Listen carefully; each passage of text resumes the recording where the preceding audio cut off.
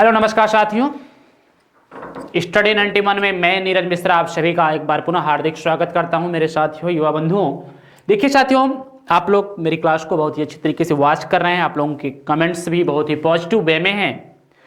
कुछ एक आध दो लोगों की बात नहीं करेंगे, बाकी बहुत ही अच्छी सारी चीजें चल रही हैं। आप लोग ऐसे प्यार स्टडी 91 पर बनाए रखें, भरोसा बनाए रखें अपना। तो देखिए साथियों, क्या है कि आज हम लोग इन्वायरमेंट के बहुत ही जबरदस्त टॉपिक को लेकर आए हैं, क्योंकि आपने इन्वायरमेंट के एक टॉपिक का बहुत ही शानदार तरीके से अध्ययन किया है। कुछ लोगों का कहना होता है सर बहुत तेज। देखिए, तेज चलने का मतलब है जहां पे चीजें आपको समझाने वाली होती है वहां पर मैं आपको नो डाउट समझाऊंगा, लेकिन जो चीजें सिर्फ आपके फैक्ट चीजें हैं वो आपके सीधे एग्जाम के टू द पॉइंट बातें की जाएंगी, आपका कम समय लेते हुए। और हर सेशन में आपके 20 क्वेश्चंस आ चुके या संभावित जो भी हैं, 20 प्रश्न आपके हर सेशन के अंत में मैं सॉल्व कराता हूं, और आपको डिस्क्रिप्शन बॉक्स में लिंक भी प्रोवाइड हो जाती है। आप वहां से पूरे क्लास का पीडीएफ डाउनलोड कर सकते हैं और साथ ही आप क्यूज भी दे सकते हैं। सारी चीजें आपको प्रोवाइड करा गई हैं। आप अगर अभी तक स्टडी 91 का एप्लीकेशन डाउनलोड नहीं किया है तो आप स्टडी 91 का एप्लीकेशन डाउनलोड करिए। सारी चीजें वहां पर आपको आराम से प्रोवाइड कराई जा रही हैं। साथ ही आप यूट्यूब पर भी बने रह सकते हैं। तो देखिए, आज हम लोग राष्ट्रीय उद्यान, अभ्यारण्य और जैव मंडल आरक्षित क्षेत्र, यानी अगर इंग्लिश में बात करें तो national park, sanctuaries and bio reserve area की बात करने वाले हैं। हर एग्जाम में यहां से क्वेश्चन लगातार वर्तमान समय में पूछे जा रहे हैं, तो उसी के परिदृश्य में मैंने सोचा कि इसके रिकॉर्डिंग आपसे बातें की जाए इस टॉपिक से संबंधित, क्योंकि जो भी टॉपिक आप लोगों ने देखा होगा, जो भी टॉपिक मैं आपके सामने लेकर के प्रस्तुति दे रहा हूं, तो हर टॉपिक ऐसे होंगे जहां से आपके एग्जाम में प्रश्न आने की संभावनाएं एकदम निश्चित होती हैं, और यही चीज आपको समझना भी है।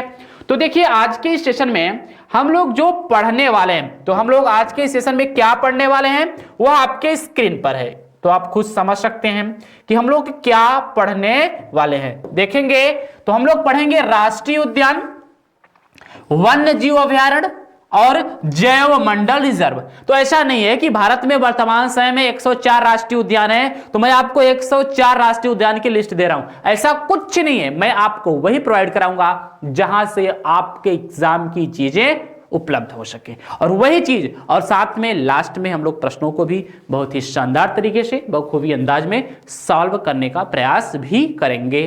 तो चलिए साथियों, आइए हम लोग बात कर लेते हैं नेशनल पार्क यानी राष्ट्रीय उद्यान पर। किस पर बात करेंगे?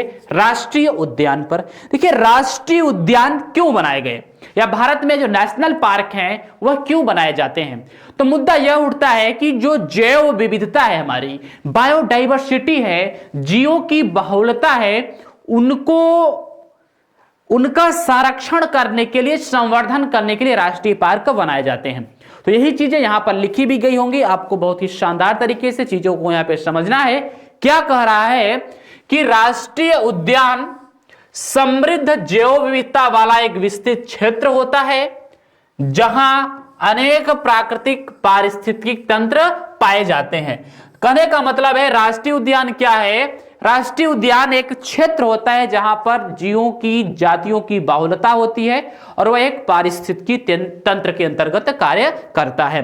वहां पे हम लोग जीवों को संरक्षित करते हैं, संवर्धित करते हैं, और जीवों को विलुप्तता होने की कगार से बचाने का प्रयास किया जा रहा है। एक चीज आपके एग्जाम में यहां से अच्छी चीजें नोटिस करने वाली हैं कि राष्ट्रीय उद्यान कौन घोषित करता है? नेशनल पार्क केंद्र सरकार घोषित करती है या राज्य सरकार घोषित करती है? तो यहां पे साफ शब्दों में लिखा है कि राज्य सरकार किसी ऐसे क्षेत्र को जो पारिस्थितिकीय जीव जंतुओं, वनस्पतियों, भू आकृति एवं जलीय महत्व का हो तथा जिसे संरक्षित किया जाना नितांत आवश्यक हो, उसे वन्य जीव संरक्षण अधिनियम 1972 के तहत राष्ट्रीय उद्यान घोषित कर सकता है। मतलब ऐसे क्षेत्र जहां पे जीव जातियों की बहुलता है, विविधता है, और राज्य सरकार को लगता है कि इस क्षेत्र का संवर्धन करना चाहिए, इस क्षेत्र को सुरक्षा मुहैया करानी चाहिए, तो उसी दृष्टिगत उस क्षेत्र को वन्य जीव संरक्षण अधिनियम, क्या? वन्य जीव संरक्षण अधिनियम 1972 के तहत नेशनल पार्क घोषित कर सकता है। नेक्स्ट पॉइंट, राष्ट्रीय उद्यान में शिकार करना व चराई पूर्णतः निषिद्ध होता है। मतलब शिकार करना और चराई का क्या मतलब है कि राष्ट्रीय उद्यान में ना तो आप शिकार कर सकते हैं और ना ही आप अपने पशुओं को चरा सकते हैं। ये सब सारी चीजें आपके एग्जाम में पूछी जाती हैं। जो फैक्चुअल चीजें हैं हम लोग उस पर भी बातें करेंगे। राष्ट्रीय पार्क, अभयारण्य और बायोस्फीयर रिजर्व, इन तीनों की बात आज आपके क्लास में होनी है। साथ में प्रश्नों को भी सॉल्व करेंगे ताकि यहां से आपके एग्जाम में भविष्य में एक भी प्रश्न गलत ना हो। तो प्लीज एक बार सभी लोग इस वीडियो को ज्यादा से ज्यादा अपने दोस्तों तक फैलाएं, अपना प्यार बनाए रखें और चीजों को बहुत ही शानदार तरीके से लेकर के आगे बढ़ते रहें। जिम कॉर्बेट उत्तराखंड में है। 1936 में बना भारत का पहला राष्ट्रीय उद्यान है।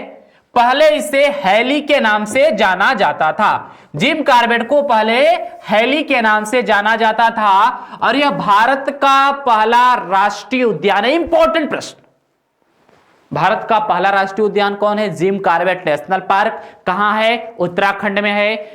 कब बना? 1936 में बना। इसको पहले किस नाम से जानते थे? तो हैली के नाम से जानते थे। अच्छा, भारत का सबसे बड़ा राष्ट्रीय उद्यान, पहला नहीं है, भारत का सबसे बड़ा राष्ट्रीय उद्यान हेमिस है या हेमिस राष्ट्रीय उद्यान है। कहां है? जम्मू कश्मीर, लेह जनपद। तो भारत का सबसे बड़ा राष्ट्रीय उद्यान है हेमिस राष्ट्रीय उद्यान, जम्मू कश्मीर में है। और भारत का सबसे पहला राष्ट्रीय उद्यान क्या है? तो जिम कॉर्बेट नेशनल पार्क है। चलिए राष्ट्रीय उद्यान में और हम चीजों को देखते हैं। भारत का सबसे छोटा राष्ट्रीय उद्यान साउथ बटन द्वीप, अंडमान निकोबार द्वीप समूह में स्थित है। सबसे बड़ा हेमिस राष्ट्रीय उद्यान जम्मू कश्मीर, सबसे छोटा साउथ बटन द्वीप, सबसे पहला Jim Corbett National Park Uttarakhand.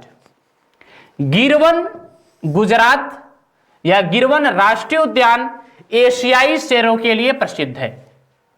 मतलब जो गुजरात के गिर में यानी राष्ट्रीय उद्यान है वह कहां पर है? अगर आपके एग्जाम में क्वेश्चन पूछे तो वह गुजरात के जूनागढ़ जिले में है।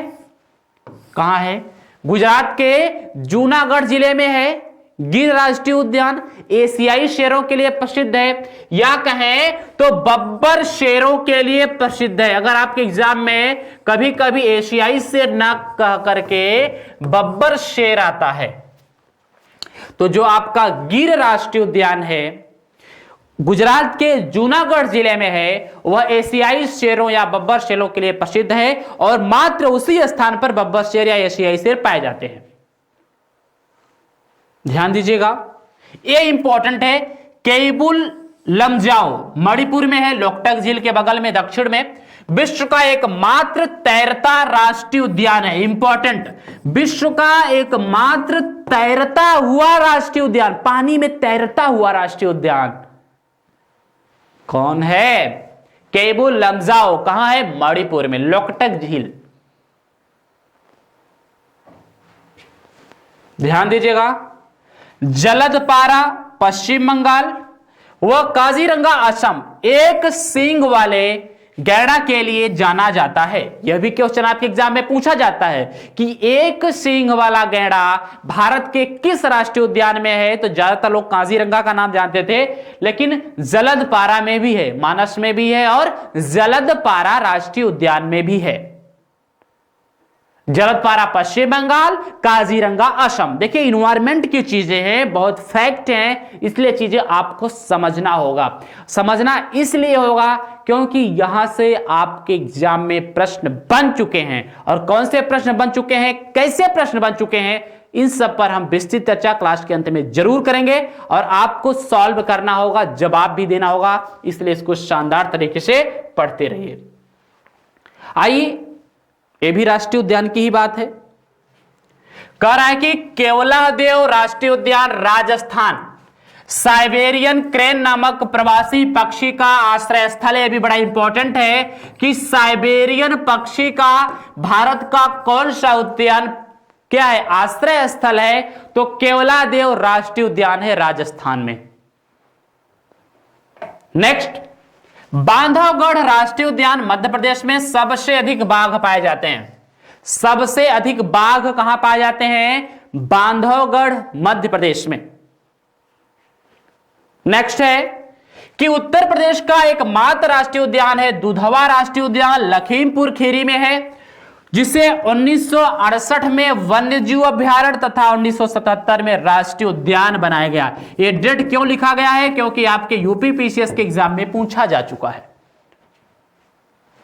मैं लिस्ट आपको 104 राष्ट्रीय उद्यानों को नहीं दे रहा हूं कि वर्तमान में भारत में 104 राष्ट्रीय उद्यान है, बिल्कुल नहीं। मैंने जितना बता दिया वहीं से आपके एग्जाम में प्रश्न आता है, कुछ एक्स्ट्रा प्रश्न आता है, वो हम लोग देख लेंगे जब आपको क्वेश्चन सेट दिख कराएंगे तब। अभी कराएंगे क्लास के लास्ट में। तो साथियों, बहुत ही शानदार तरीके से हम लोग इसको लेकर के आगे बढ़े हैं कि उत्तर प्रदेश का एकमात्र राष्ट्रीय उद्यान है कौन सा? दुधवा राष्ट्रीय उद्यान उत्तर प्रदेश के लखीमपुर खीरी में है, जिसको 1968 में वन्य जीव अभ्यारण्य यानी सेंचुरीज बनाया गया और 1977 में नेशनल पार्क बना दिया गया। तो देखिए यहां पर हम लोगों ने क्या सीखा, एक बार थोड़ा सा रिवीजन कर लेते हैं। भारत का पहला राष्ट्रीय पार्क है जिम कॉर्बेट नेशनल पार्क, जिसको हैली के नाम से जाना जाता था। भारत का सबसे बड़ा राष्ट्रीय पार्क है हेमिस राष्ट्रीय उद्यान जम्मू कश्मीर में। भारत का सबसे छोटा राष्ट्रीय पार्क है साउथ बटन द्वीप अंडमान निकोबार द्वीप समूह में। आपके गुजरात के जूनागढ़ में एक गिर राष्ट्रीय उद्यान है जो एशियाई शेरों या बब्बर शेरों का आश्रय स्थल है। केवलादेव राष्ट्रीय उद्यान आपका है राजस्थान में, वो साइबेरियन पक्षी का आश्रय स्थल है। केबुल लामजाओ विश्व का एकमात्र तैरता हुआ राष्ट्रीय उद्यान है, आपके मणिपुर में है। भारत में कुल 104 राष्ट्रीय उद्यान है। भारत में उत्तर प्रदेश में मात्र एक राष्ट्रीय उद्यान है, कौन सा? दुधवा राष्ट्रीय उद्यान जो लखीमपुर खीरी में है। और आपके मध्य प्रदेश के बांधवगढ़ राष्ट्रीय उद्यान में सबसे अधिक बाघ पाए जाते हैं।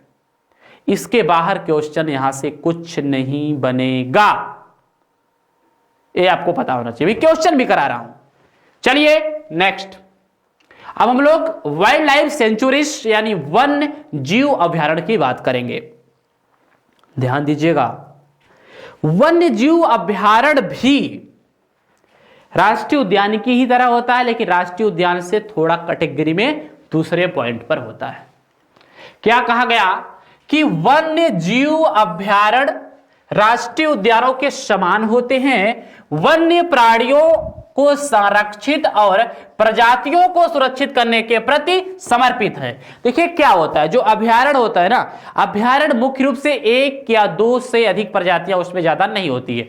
जो अभ्यारण्य है वह मुख्य रूप से एक या एक से अधिक 2-3 प्रजातियों तक ही सीमित रहते हैं, लेकिन राष्ट्रीय उद्यान में तरह तरह की प्रजातियां विद्यमान होती हैं। यही चीज आपको समझना है, दोनों में मात्र यही अंतर होता है। और दोनों को दर्जा कौन देता है? राज्य सरकारें। राष्ट्रीय उद्यान को भी राज्य सरकारें दर्जा प्रदान करती हैं और आपके वन्य जीव अभ्यारण्य को भी राज्य सरकारें ही दर्जा प्रदान करती हैं। तो क्या कहा गया कि इसमें किसी एक जाति अथवा कुछ विशिष्ट जातियों को संरक्षित किया जाता है, यह आपको पता होना चाहिए। राष्ट्रीय उद्यान और वन्य जीव अभ्यारण्य में यही अंतर होता है। राष्ट्रीय उद्यान में बहुत सारे जातियां होती हैं, बहुत सारे जीव जंतु होते हैं, तरह तरह के जाति वाले, लेकिन यहां पे किसी एक जाति या कुछ विशेष जातियों को ही संरक्षित किया जाता है। किसमें? वन्य जीव अभ्यारण्य में। चलिए नेक्स्ट, राष्ट्रीय उद्यानों के साथ साथ वन्य जीव अभ्यारण्य की घोषणा भी राज्य सरकार द्वारा की जाती है। तो वन्य जीव अभ्यारण्य की भी घोषणा दोस्तों कौन करता है? तो वन्य जीव अभ्यारण्य की भी घोषणा राज्य सरकार ही करता है और राष्ट्रीय उद्यान की भी घोषणा राज्य सरकार ही करता है। किसके अंतर्गत करता है? वन्य जीव संरक्षण अधिनियम 1973 के अंतर्गत। आइए हम लोग वन्य जीव अभ्यारण्य में कुछ और बातों को देखते हैं। क्या कह रहा है? किसी वन्य भूमि को राष्ट्रीय उद्यान या अभयारण्य क्षेत्र घोषित करने के लिए वन्य जीव बोर्ड की पूर्व अनुमति आवश्यक होती है। पहले आपको वन्य जीव बोर्ड से अनुमति लेनी पड़ेगी, आपको मतलब राज्य सरकारों को, और उसके बाद अपनी स्थिति और आवश्यकता के अनुसार वह उस क्षेत्र को राष्ट्रीय उद्यान या वन्य जीव अभयारण्य घोषित कर सकता है। कौन? राज्य सरकारें। वर्तमान समय में देश में कुल 553 वन्य जीव अभयारण्य हैं। यह भी इंपॉर्टेंट बात है भाई।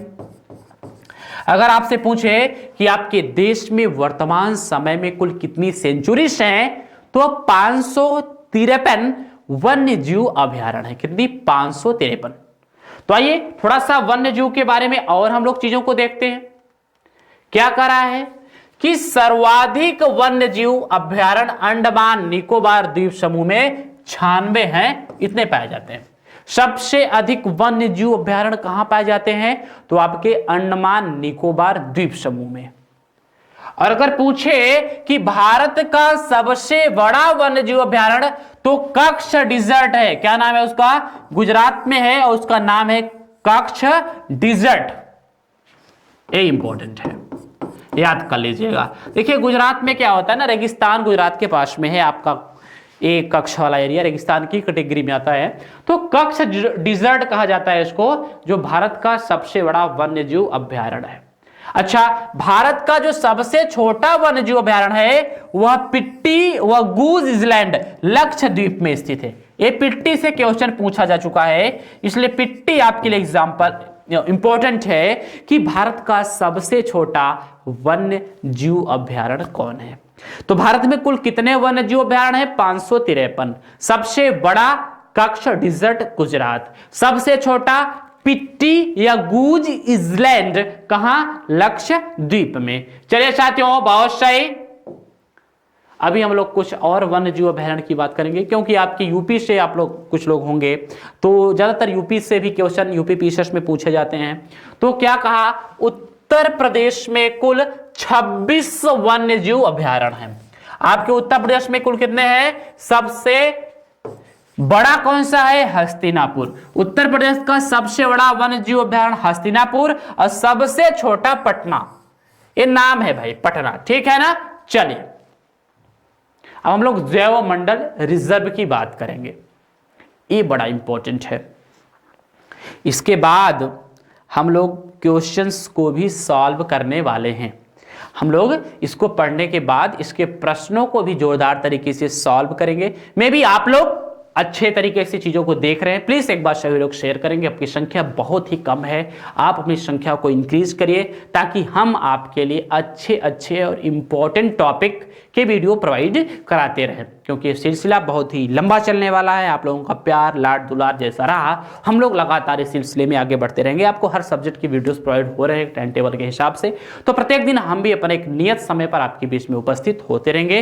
हिस्ट्री के विशेष टॉपिक, इकोनॉमिक्स, आपने देखा होगा इकोनॉमिक्स का इन्फ्लेशन आपके बीच में पहुंच चुका है, हिस्ट्री का भी आपके बीच में टॉपिक पहुंचा, इन्वायरमेंट का पहुंचा, तो फिर आपको दूसरा भी टॉपिक आपको हिस्ट्री का मिल गया है। तो ठीक है, तो देखिए क्या है कि 1971 में यूनेस्को द्वारा एक अंतर सरकारी वैज्ञानिक कार्यक्रम के रूप में मानव एवं जैव मंडल कार्यक्रम प्रारंभ किया गया था। कौन सा? MAB यानी मैन एंड बायोस्फीयर। देखिए जैव मंडल आरक्षित क्षेत्र जो होते हैं वो बायोस्फीयर रिजर्व, इसमें क्या होता है ना, मुख्य रूप से जीवों के बारे में बात होती है। जीवों को यहाँ पे संरक्षित और संवर्धित किया जाता है। यहां से आपके एग्जाम में देखिए क्या होता है ना, कुछ क्वेश्चन बड़े शानदार पूछे जाते हैं।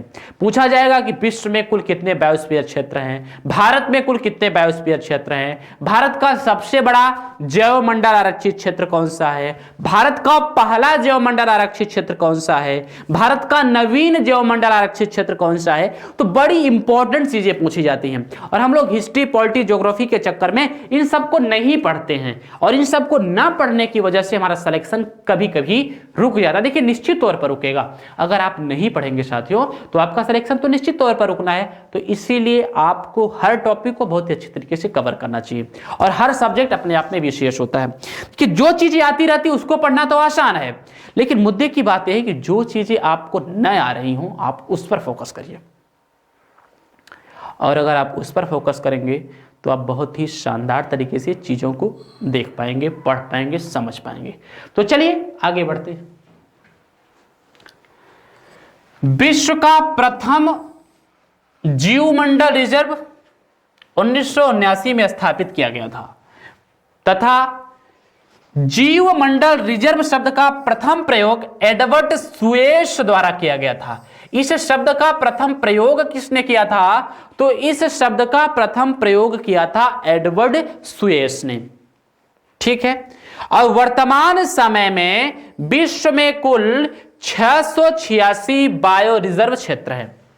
विश्व में जैवमंडल आरक्षित क्षेत्रों की बात करें तो विश्व में कुल 686 बायो रिजर्व क्षेत्र हैं और भारत में कुल 18।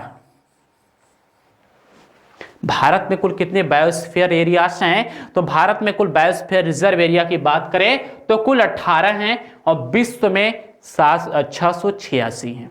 जैवमंडल आरक्षित क्षेत्र, जैवमंडल का मतलब होता है जिसमें जीवन का विकास होता है और जिसमें बहुत ही ज्यादा प्रकार के तरह तरह के जीव जंतु वनस्पतियां पाई जाती हैं, जहां पर बहुलता होती है। तो आइए जैवमंडल रिजर्व में हम लोग लगातार आगे बढ़ते चल रहे हैं। भारत में 1986 में राष्ट्रीय जैवमंडल रिजर्व कार्यक्रम प्रारंभ किया गया था। कब? 1986 में। आपने देखा होगा पूरे दुनिया में सबसे पहला जैवमंडल आरक्षित क्षेत्र की स्थापना कब हुई? तो 1979 में हुई और 1979 से ठीक 7 साल बाद 1986 में भारत ने भी यह कार्यक्रम शुरू किया। अच्छा, वर्तमान समय में देश में कुल 18 जैवमंडल रिजर्व हैं, 50 टाइगर रिजर्व हैं और 32 हाथी रिजर्व कार्य कर रहे हैं। ठीक है। भारत का पहला जैवमंडल आरक्षित क्षेत्र 1986 में नीलगिरी क्षेत्र में स्थापित किया गया। एकदम इंपॉर्टेंट और कई बार आपके एग्जाम में आया हुआ क्वेश्चन है कि भारत का पहला जैवमंडल आरक्षित क्षेत्र क्या है? तो भारत का पहला दोस्तों जैवमंडल आरक्षित क्षेत्र है नीलगिरी। मेरी बात समझ रहे हैं? भारत का पहला जैवमंडल आरक्षित क्षेत्र है नीलगिरी। कब? 1986 में स्थापित हुआ। और भारत का सबसे नवीनतम जैवमंडल आरक्षित क्षेत्र पन्ना मध्य प्रदेश में है, जो 2011 में स्थापित किया गया था। यह भी बड़ा इंपॉर्टेंट है। अगर पूछे भाई भारत में तो है 18, लेकिन पहले नंबर पर नीलगिरी है और 18वें नंबर पर मध्य प्रदेश के पन्ना में जैवमंडल, पन्ना जिला का नाम है, जैवमंडल आरक्षित क्षेत्र है। तो कुल है 18, लेकिन पहले नंबर पर नीलगिरी है और आपके 18वें नंबर पर पन्ना में स्थापित जैवमंडल आरक्षित क्षेत्र है। देखिए यहां से बड़े इंपॉर्टेंट प्रश्न बनते हैं आपके एग्जाम में। मैं प्रश्नों को भी आपके बाद बस कुछ समय बाद हम आपके बीच में प्रश्नों की भी श्रृंखला को प्रस्तुत कर रहे हैं। बहुत ही शानदार प्रश्न होंगे, आपको जवाब देने का मौका मिलेगा। आप सब कमेंट्स के माध्यम से जवाब भी दीजिएगा, लेकिन एक बार आपको शेयर करना चाहिए वीडियो को और दोस्तों तक पहुंचाने के लिए, क्योंकि बहुत ही इंपॉर्टेंट सेशन चल रहा है। देखिए साथियों क्या होता है ना कि जो चीजें मैं वही चीज आपके एग्जाम में लिख आ रहा हूं, उससे बहुत फर्क नहीं पड़ता कि कितने लोग देख रहे हैं, लेकिन मुद्दा यह है कि जो चीज मैं आपको दूं वह अच्छी हो, इंपॉर्टेंट हो और आपके एग्जाम के काम की हो। ठीक है, तो जो इसको एग्जाम क्लियर करना है आप आराम से पढ़ेंगे। अगर आपको लगता है कि मेरे हिसाब किताब से ये चीजें नहीं है, हमारे एग्जाम के लिए नहीं है, तो आप आराम से क्वेट कर सकते हैं, कोई जरूरत नहीं है आप पढ़िए। आप वो चीज पढ़िए जहां से बहुत चीज़ें आपको यूट्यूब पर सारी चीज़ें अवेलेबल हैं, आप कहीं से कुछ भी पढ़ सकते हैं। हाँ, लेकिन जो चीज़ मैं आपको प्रोवाइड करा रहा हूँ, जैसे मैं आपको हिस्ट्री के जो विशेष टॉपिक हैं जहाँ से क्वेश्चन बनते ही बनते हैं, अगर बनेंगे तो वहाँ से जरूर बनेंगे, तो वो टॉपिक मैं आपको लेकर के आ रहा हूँ। कुछ लोगों को लगता होगा कि सर टॉपिक अच्छे नहीं है, ऐसा कुछ, तो वो आप उनकी भ्रांतियाँ हैं। मैं सब पर इस पर बातें नहीं करूँगा। हाँ, हमारे जो प्रिय विद्यार्थी हैं, जिसको सिलेक्शन लेना है, जिसको अपन भरोसा है, आराम से पढ़ रहे हैं। भारत का सबसे बड़ा जैवमंडल आरक्षित क्षेत्र कच्छ का रण है। अगर पहले की बात करेगा तो नीलगिरी है, आखिरी की बात करेगा तो पन्ना है, लेकिन अगर सबसे बड़े की बात करेगा तो कच्छ का रण है।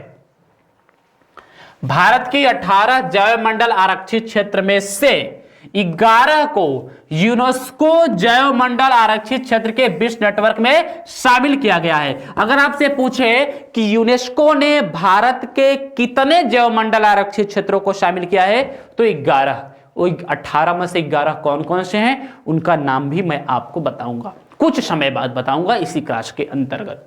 देखिएगा, यूनेस्को में शामिल भारत का पहला जैवमंडल आरक्षित क्षेत्र नीलगिरी जैवमंडल रिजर्व है, जिसे सन 2000 में शामिल किया गया। देखिए, नीलगिरी रिजर्व भारत ने कब बनाया? 1986 में। यह भारत का पहला जैवमंडल आरक्षित क्षेत्र है और यूनेस्को द्वारा शामिल किया गया भी यह पहला जैवमंडल आरक्षित क्षेत्र है। यूनेस्को ने कब शामिल किया इसको? 2000 में। ठीक है, सन 2000 में। तो ये चीजें आपको पता होना चाहिए। यानी भारत का पहला जैवमंडल आरक्षित क्षेत्र नीलगिरी है और यूनेस्को द्वारा विश्व सूची में शामिल किया गया भारत का पहला आरक्षित क्षेत्र भी नीलगिरी है। तो भारत का जो नीलगिरी भारत में बना आरक्षित क्षेत्र वह 1986 में बना, लेकिन यूनेस्को ने कब उसको शामिल किया? सन 2000 में। तो सबसे बाद में किसको शामिल किया गया था, तो मैं आपको बता रहा हूं। तो देखिएगा, यूनेस्को जैव मंडल आरक्षित क्षेत्र में शामिल भारतीय जैव मंडल आरक्षित क्षेत्र। तो सबसे पहले किसको शामिल किया गया? नीलगिरी को शामिल किया गया। आपको चीजें दिख रही होंगी स्पष्ट तौर पर। नीलगिरी का विस्तार मुख्य रूप से कहां पर है, किन क्षेत्रों में है? तो कर्नाटक में है, केरल में है, तमिलनाडु में है और इसको यूनेस्को ने 2000 में शामिल किया। आपको पता है सबसे पहले इसी को शामिल किया था। उसके बाद यूनेस्को ने मन्नार की खाड़ी को शामिल किया, तमिलनाडु में है, इसको 2001 में। और 2001 में ही सुंदरवन को शामिल किया था। सुंदरवन आपको कहां है? ये डेल्टा है, आपको पता है, पश्चिम बंगाल में। इसको भी 2001 में शामिल किया गया और वहां पे सुंदरी वृक्ष की अधिकता के कारण ही इसका नाम सुंदरवन पड़ा है। कौन से वृक्ष की अधिकता के कारण? सुंदरी वृक्ष की अधिकता के कारण इसका नाम सुंदरवन पड़ा है। चलिए नेक्स्ट,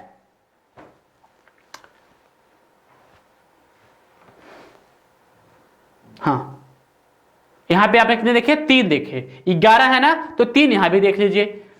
नंदा देवी उत्तराखंड, इसको 2004 में। नोकरेक मेघालय 2009 में। पंचमढ़ी मध्य प्रदेश 2009 में। आप लोग स्क्रीनशॉट रखिए, क्योंकि यहां से आपके एग्जाम में क्वेश्चन बनते हैं कि निम्न में से कौन से जैव मंडल आरक्षित क्षेत्र को यूनेस्को ने शामिल किया, या निम्न में से कौन से जैव मंडल आरक्षित क्षेत्र को यूनेस्को ने शामिल नहीं किया। तो किसको किसको शामिल किया आप देख लीजिए। नीलगिरी, मन्नार की खाड़ी, सुंदरवन। नीलगिरी, मन्नार की खाड़ी, सुंदरवन। अगर आप लोग इसका ट्रिक लेना चाहें तो NMS, नास। क्या? नास। अभी मैं आपको जोड़ करके बता दूंगा। नास का मतलब नीलगिरी, माफ कीजिएगा, नास नहीं, मास, सॉरी, नास नहीं है, मास है। क्या है? मास। मास। NMS क्या? NMS। चलिए नेक्स्ट, और कौन से क्षेत्र हैं? नंदा देवी, नोकरेक और पंचमढ़ी, यानी NNP। सुना ना? NNP आप लोग कहां देखेंगे? NNP आप देखेंगे इकोनॉमी में, मतलब net national product. Nanda Devi, Nokrek, Pachmarhi, NNP। पहले क्या देखा? नीलगिरी, MS।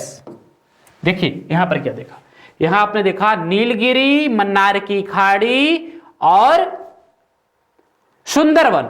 यहां देखा NNP, मतलब नंदा देवी, नोकरेक, सुंदरवन, माफ कीजिए, पंचमढ़ी। और यहां देखेंगे तो यहां भी 3 चीजें मिलेंगी। शिमलीपाल कहां है? आपका उड़ीसा राज्य में है। 2009 में इसको यूनेस्को ने शामिल किया। अचान कमार, यह छत्तीसगढ़ और मध्य प्रदेश क्षेत्र में है। 2012 में यूनेस्को ने शामिल किया। ग्रेट निकोबार को, यह अंडमान निकोबार द्वीप समूह में है। 2013 में शामिल किया। और आपके 2 और बचते हैं। क्या? अगस्थ्या मलाई, यह केरल और तमिलनाडु के बीच है। मार्च 16 में, और कंचनजंगा यह कहां है? सिक्किम में, जुलाई 2018 में। हाँ, यहां से आपके एग्जाम में और एक और जोरदार क्वेश्चन बनेगा, निश्चित तौर पर बनेगा, कि कौन से जैव मंडल आरक्षित क्षेत्र को यूनेस्को ने हाल ही में शामिल किया? तो कंचनजंगा को शामिल किया है। किसको? कंचनजंगा को। और कब किया कंचनजंगा को शामिल? जुलाई 2018 में। ठीक है, तो चलिए पहला क्वेश्चन आपके स्क्रीन पर, हो जाइए तैयार और दीजिए जवाब आज के रोमांचक प्रश्न का। जल्दी से आपको जवाब देना होगा।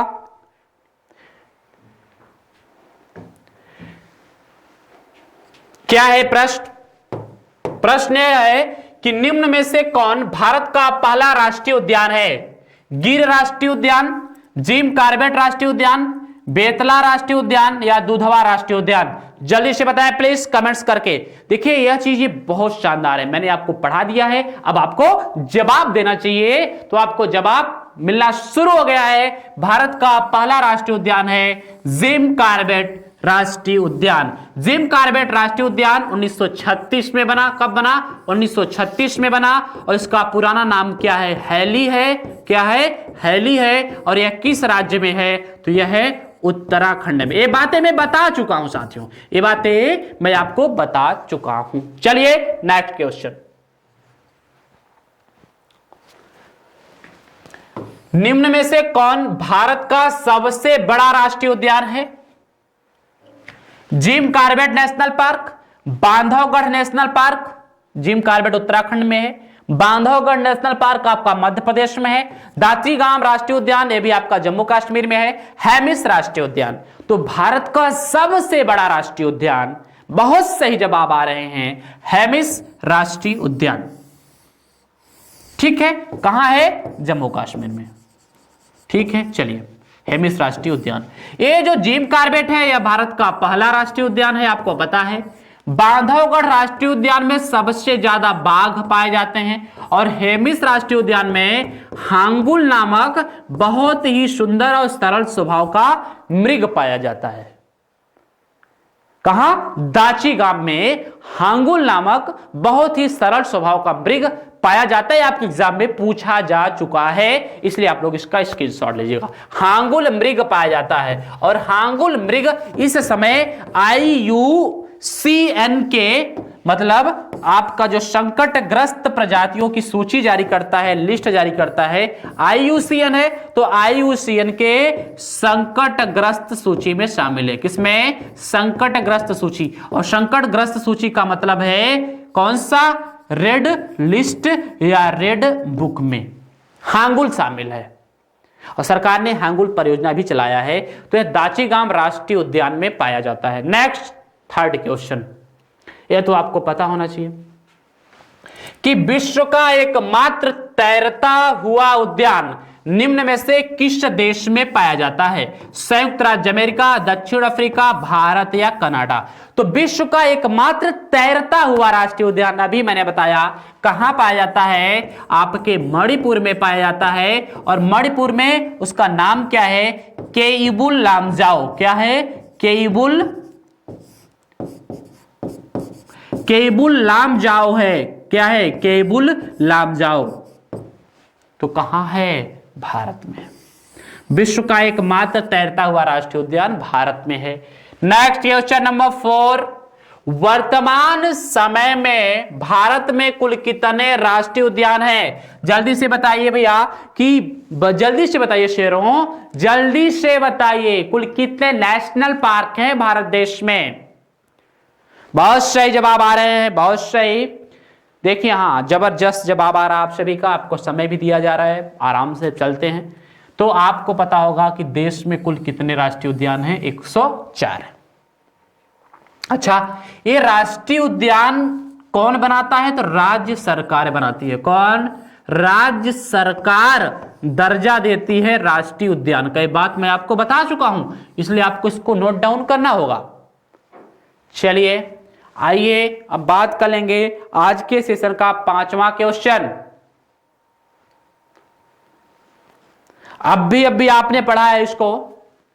क्या है कि निम्न में से किस राज्य या केंद्र शासित प्रदेश में सबसे अधिक वन्य जीव अभयारण्य पाए जाते हैं? सबसे अधिक वन्य जीव अभयारण्य है महाराष्ट्र, आंध्र प्रदेश, अंडमान निकोबार द्वीप समूह या पश्चिम बंगाल। तो सबसे ज्यादा वन्य जीव अभयारण्य कहां पाए जाते हैं? देखिए भारत में तो पूरे पाए जाते हैं 553। कितने? 553, लेकिन उसमें से 96 अकेले अंडमान निकोबार द्वीप समूह में पाए जाते हैं। इसलिए सबसे ज्यादा वन्य जीव अभयारण्य, वाइल्ड लाइफ सेंचुरीज कहां है? आपके निकोबार में। चलिए नेक्स्ट आ गया क्वेश्चन ना, वर्तमान समय में भारत में वन्य जीव अभयारण्य की संख्या कितनी है? 553, 533, 587, 609। प्लीज आंसर दीजिए यार, कितना मस्त मैंने आपको पढ़ा दिया। हाँ कुछ को लगेगा कि सर मजा नहीं आ रहा, तो भाई मजे के लिए ना पढ़ो, अपने काम के लिए पढ़ो। जिंदगी में सफल होना है तो सफलता के लिए पढ़ो और जवाब दो कि भारत में कुल कितने वन्य जीव अभयारण्य पाए जाते हैं। तो जल्दी से बताइए। 553। कितने? 553। बहुत सही साथियों, जबरदस्त जवाब आ रहा है आप सभी का। तो चलिए और आगे बढ़ते हैं सेशन में।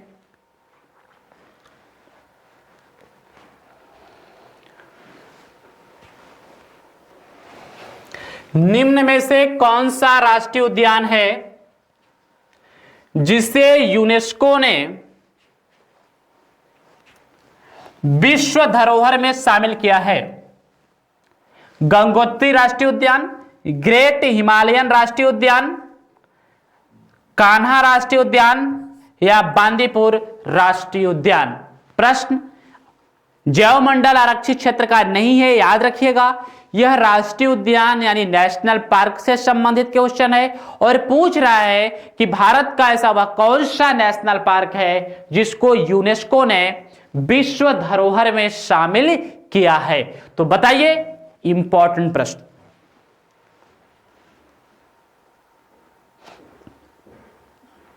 बहुत सही जवाब आ रहे हैं, कुछ लोगों के गलत भी आ रहे हैं। क्या है? ग्रेट हिमालयन राष्ट्रीय उद्यान। क्या? ग्रेट हिमालयन राष्ट्रीय उद्यान। आइए भैया क्वेश्चन नंबर 8 का जवाब दीजिए। निम्न में से एकमात्र राष्ट्रीय उद्यान जो उत्तर प्रदेश में है, केवलादेव राष्ट्रीय उद्यान, दुधवा राष्ट्रीय उद्यान, मल्लम राष्ट्रीय उद्यान या इनमें से कोई नहीं? तो ऐसा वह कौन सा राष्ट्रीय उद्यान है जो आपके उत्तर प्रदेश में है? तो आप सबको पता है कि दुधवा नेशनल पार्क है। कहां है? लखीमपुर खीरी में है। मात्र एक, लखीमपुर खीरी में है, मात्र एक राष्ट्रीय उद्यान है। नेक्स्ट क्वेश्चन,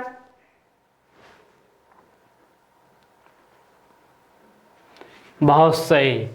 निम्न में से कौन सा राष्ट्रीय उद्यान है जिसे प्रियदर्शिनी के नाम से जाना जाता है? माधव राष्ट्रीय उद्यान, पेंच राष्ट्रीय उद्यान, सुंदर राष्ट्रीय उद्यान और हिमेश राष्ट्रीय उद्यान।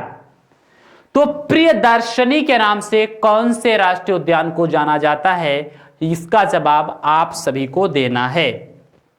तो बताइए कि निम्न में से कौन सा राष्ट्रीय उद्यान है जिसे प्रियदर्शनी कहा जाता है? तो मध्य प्रदेश के पेंच राष्ट्रीय उद्यान को प्रियदर्शनी के नाम से जाना जाता है। ठीक है, 10 नंबर क्वेश्चन लिखिए भैया। निम्न में से भारत का एकमात्र राष्ट्रीय उद्यान जो तैरता हुआ उद्यान है, रानी झांसी मरीन राष्ट्रीय उद्यान, केबुल लामजाओ राष्ट्रीय उद्यान, जिम कॉर्बेट नेशनल पार्क या इनमें से कोई नहीं? तो ऐसा वह कौन सा राष्ट्रीय उद्यान है जो तैरता हुआ राष्ट्रीय उद्यान है? बहुत इंपॉर्टेंट है। क्या? तैरता हुआ राष्ट्रीय उद्यान है, उसको कहा जाता है केबुल लामजाओ राष्ट्रीय उद्यान। केबुल लामजाओ राष्ट्रीय उद्यान, समझ रहे हैं ना? हाँ, तो केबुल लामजाओ राष्ट्रीय उद्यान भारत का तैरता हुआ राष्ट्रीय उद्यान है।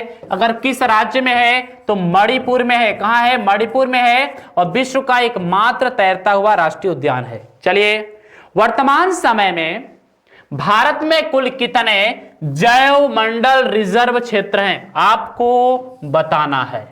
20, 22, 18, 27।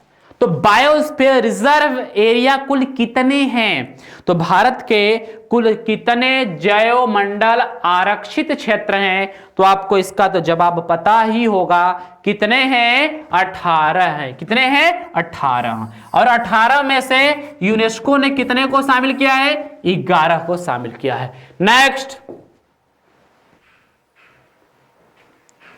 बताएं, यह भी बड़ा शानदार क्वेश्चन है कि निम्न में से भारत का पहला जैव मंडल आरक्षित क्षेत्र कौन है? भारत का पहला जैव मंडल आरक्षित क्षेत्र कौन है? नीलगिरी, सुंदरवन, कंचनजंगा, पंचमढ़ी। बहुत चर्चित क्वेश्चन है ना? यस, बहुत सही जवाब देते रहिए साथियों और शेयर भी करते रहिए। तो आपको पता होगा कि नीलगिरी भारत का पहला जैव मंडल आरक्षित क्षेत्र है। इसको कब बनाया गया? तो इसको बनाया गया 1986 में। और सन 2000 में यूनेस्को ने इसको विश्व सूची में शामिल किया है सबसे पहले। कब? सबसे पहले, यानी सबसे प्रथम है। भारत का सबसे प्रथम जैव मंडल आरक्षित क्षेत्र है जिसको यूनेस्को ने सबसे पहले विश्व सूची में शामिल किया, उसका नाम है नीलगिरी। नेक्स्ट क्वेश्चन, भारत का सबसे बड़ा जैव मंडल आरक्षित क्षेत्र निम्न में से कौन है? नीलगिरी, कच्छ का रण, पन्ना या सुंदरवन? तो बताइए, भारत का सबसे बड़ा जैव मंडल आरक्षित क्षेत्र साथियों, इसका सही जवाब है कच्छ का रण। क्या? कच्छ का रण। बहुत सही साथियों, बहुत इंपॉर्टेंट चीजें मैं आपको प्रोवाइड करा रहा हूं, आप लोग देख ही पा रहे होंगे। आपने पिछले पहले 4-5 वीडियो देखा है तो आपको खुद पता चल गया होगा कि सीधे बातें होंगी एग्जाम के पॉइंट के हिसाब से, टू द पॉइंट, एकदम क्लीन चीज जो आपके एग्जाम में पूछी जाए। ठीक है, तो जिसको पढ़ना है आराम से पढ़ते रहिए, जिसको लगता है कि मेरे काम का नहीं है उसको पढ़ने की कोई जरूरत नहीं है। भारत का सबसे नवीन जैव मंडल आरक्षित क्षेत्र निम्न में से कौन सा है? सबसे नवीन, ग्रेट निकोबार, कंचनजंगा, पन्ना, नंदा देवी। तो जल्दी से बताइए कि भारत का सबसे नवीन जैव मंडल आरक्षित क्षेत्र क्या है?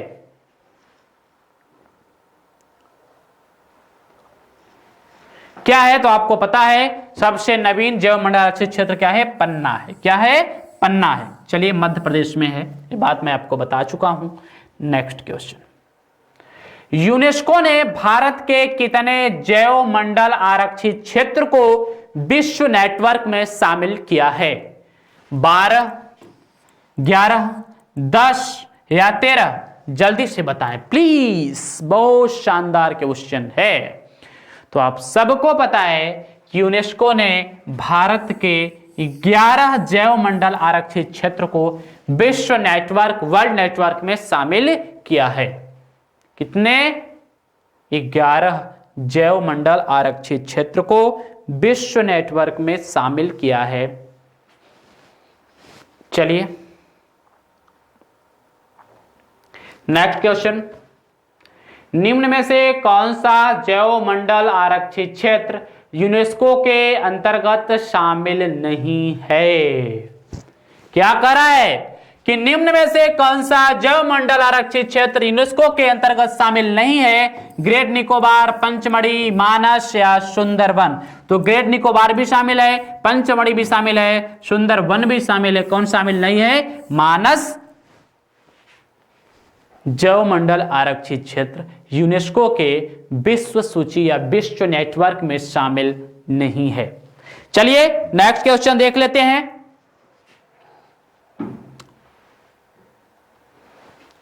यूनेस्को ने सर्वप्रथम भारत के किस जैव मंडल आरक्षित क्षेत्र को विश्व नेटवर्क में शामिल किया था? जल्दी से बताएं प्लीज कि यूनेस्को ने भारत के किस जैवमंडल आरक्षित क्षेत्र को सबसे पहले वर्ल्ड नेटवर्क में शामिल किया? सुंदरवन को किया क्या, नीलगिरी को किया, ग्रेट निकोबार को किया या कंचनजंगा को किया? इसमें से चारों को शामिल किया है, लेकिन सबसे पहले किसको शामिल किया? तो सबसे पहले शामिल किया किसको? नीलगिरी को। नीलगिरी को कब शामिल किया? तो नीलगिरी को सन 2000 में शामिल किया, और कंचनजंगा को शामिल किया जुलाई 2018 में, और कंचनजंगा को सबसे लास्ट में। कब? सबसे आखिरी में। ये भी क्वेश्चन आपके एग्जाम में पूछे जा चुके हैं। कंचनजंगा को सबसे आखिरी में शामिल किया है। ठीक है ना? चलिए next question number 18। Uttar Pradesh में वन्य जीव अभयारण्यों की कुल संख्या कितनी है? तो बताइए, उत्तर प्रदेश में वन्य जीव अभयारण्यों की कुल संख्या कितनी है? 553 में से उत्तर प्रदेश में कितने पाए जाते हैं? तो उत्तर प्रदेश में पाए जाते हैं 26। ये आपने देखा होगा, कितने? 26। सबसे बड़ा हस्तिनापुर और सबसे छोटा पटना। चलिए, बहुत सही साथियों, जबरदस्त आप लोग हैं। निम्नलिखित में से कौन सा राष्ट्रीय उद्यान साइबेरियन पक्षी का आश्रय स्थल माना जाता है? मैंने आपको पढ़ाया है, तो आपको जवाब देना पड़ेगा कि निम्न में से कौन सा राष्ट्रीय उद्यान साइबेरियन पक्षी का आश्रय स्थल माना जाता है? Gym Corbett National park, Keoladeo राष्ट्रीय उद्यान, दुधवा राष्ट्रीय उद्यान, या इनमें से कोई नहीं? तो जल्दी से बताइए। बहुत सही जवाब आ रहे हैं साथियों, क्योंकि आप लोगों ने पढ़ा है।